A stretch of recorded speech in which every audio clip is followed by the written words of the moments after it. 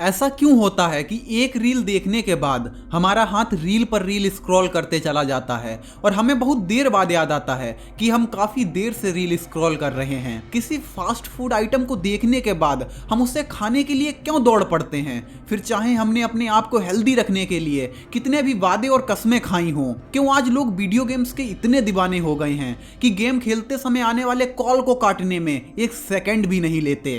क्यों आज लोग अपने फोन से थोड़ा दूर होते ही एंजाइटी फील करने लगते हैं। इन सबके पीछे का कारण है डोपामिन। वैसे तो इसे फील गुड हॉर्मोन्स कहते हैं, पर ये कितना गुड है और कितना बैड है उसका पता आपको वीडियो में आगे चल जाएगा।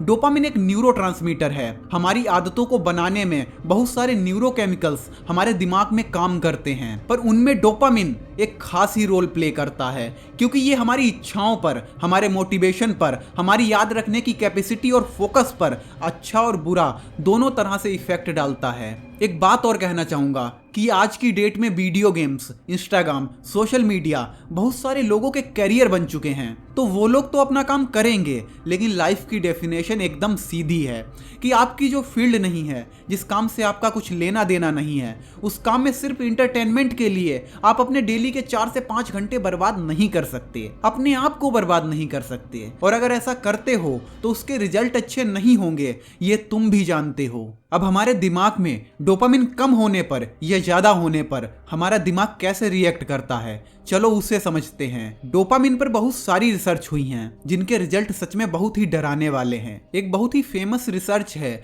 जिसमें रिसर्चर्स ने चूहों के सिर पर इलेक्ट्रोड्स लगा दिए और उनके डोपामिन फ्लो को कंट्रोल करना शुरू किया। फिर जब चूहे पास में लगे एक लीवर को दबाते तब उनके ब्रेन में बहुत ही हाई डोपामिन रिलीज होता।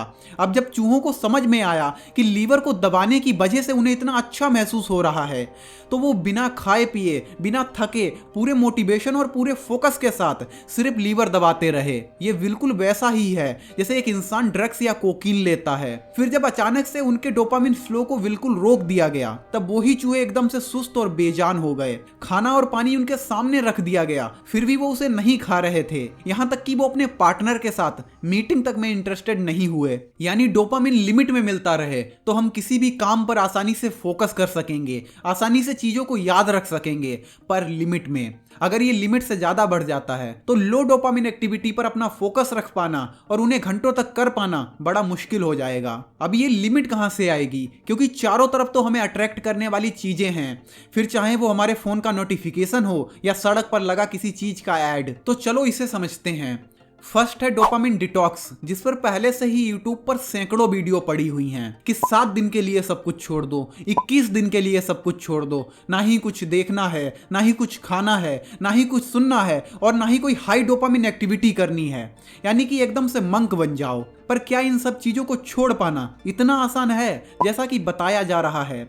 और सबसे बड़ी बात, क्या ये सही होगा? पहली बात, अगर तुम बहुत बड़े लेवल पर, ध्यान से सुनना, बहुत बड़े लेवल पर हाई डोपामिन के एडिक्टेड हो, मतलब आसानी से दिन के 4-5 घंटे इसमें बिता देते हो और तुमने एकदम से सब कुछ छोड़ दिया, सब कुछ बंद कर दिया, तो ये तुम्हें एकदम से बहुत ज्यादा डिस्टर्ब कर देगा। और उन चूहों के दिमाग की तरह ही तुम्हारा दिमाग भी लो डोपामिन एक्टिविटी में नहीं लगेगा और बहुत ज्यादा चांसेस होंगे कि तुम उस चैलेंज को पूरा ना कर पाओ और वापस से उन्हीं सब एडिक्शन से घिर जाओगे। और दूसरी बात, अगर तुमने ऐसा कर भी लिया, मान लेते हैं कि तुम बहुत कम एडिक्टेड थे इन सब चीजों के और तुमने सब कुछ छोड़ दिया है, तो तुम्हारी लाइफ मेरे ख्याल से बहुत ज्यादा बोरिंग हो जाएगी, क्योंकि हमारा दिमाग हमेशा कुछ नया एक्सपीरियंस करना चाहता है।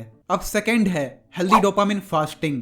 इसे 2 स्टेप में समझ सकते हैं और फॉलो कर सकते हैं। हाई डोपामिन एक्टिविटी को रिवॉर्ड की तरह यूज करना सीखो। जैसे मेरे जो सोशल मीडिया अकाउंट हैं उन्हें हर रोज चेक करना पड़ता है। अब आपका सेल्फ कंट्रोल कितना भी तगड़ा क्यों ना हो, ये ऐप आपको 20 से 25 मिनट इंगेज कर ही लेंगे।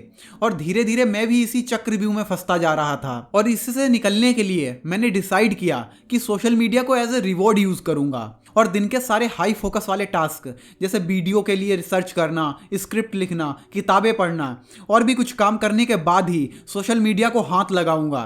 तो ये तुम भी कर सकते हो। और सेकंड है फिक्स कर लेना। जैसा कि पहले भी कहा है कि कोई भी काम हमें तब नुकसान पहुंचाता है जब वो लिमिट से ज्यादा बढ़ता है। इसीलिए हर हाई डोपामिन एक्टिविटी को फिक्स कर दो। मैं इंस्टाग्राम चलाऊंगा इतनी ही देर, टाइमर सेट करके। कुछ खाऊंगा लिमिट में। किसी के साथ अगर घूमने जाऊंगा तो इतनी ही देर के लिए। पार्टी करूंगा इतनी ही देर, ताकि कॉन्शियसली तुम्हारी पकड़ बनी रहे और उन चीजों को तुम कंट्रोल करो, वो तुम्हें नहीं। मतलब वो आपकी पसंद से हो, जरूरत से नहीं।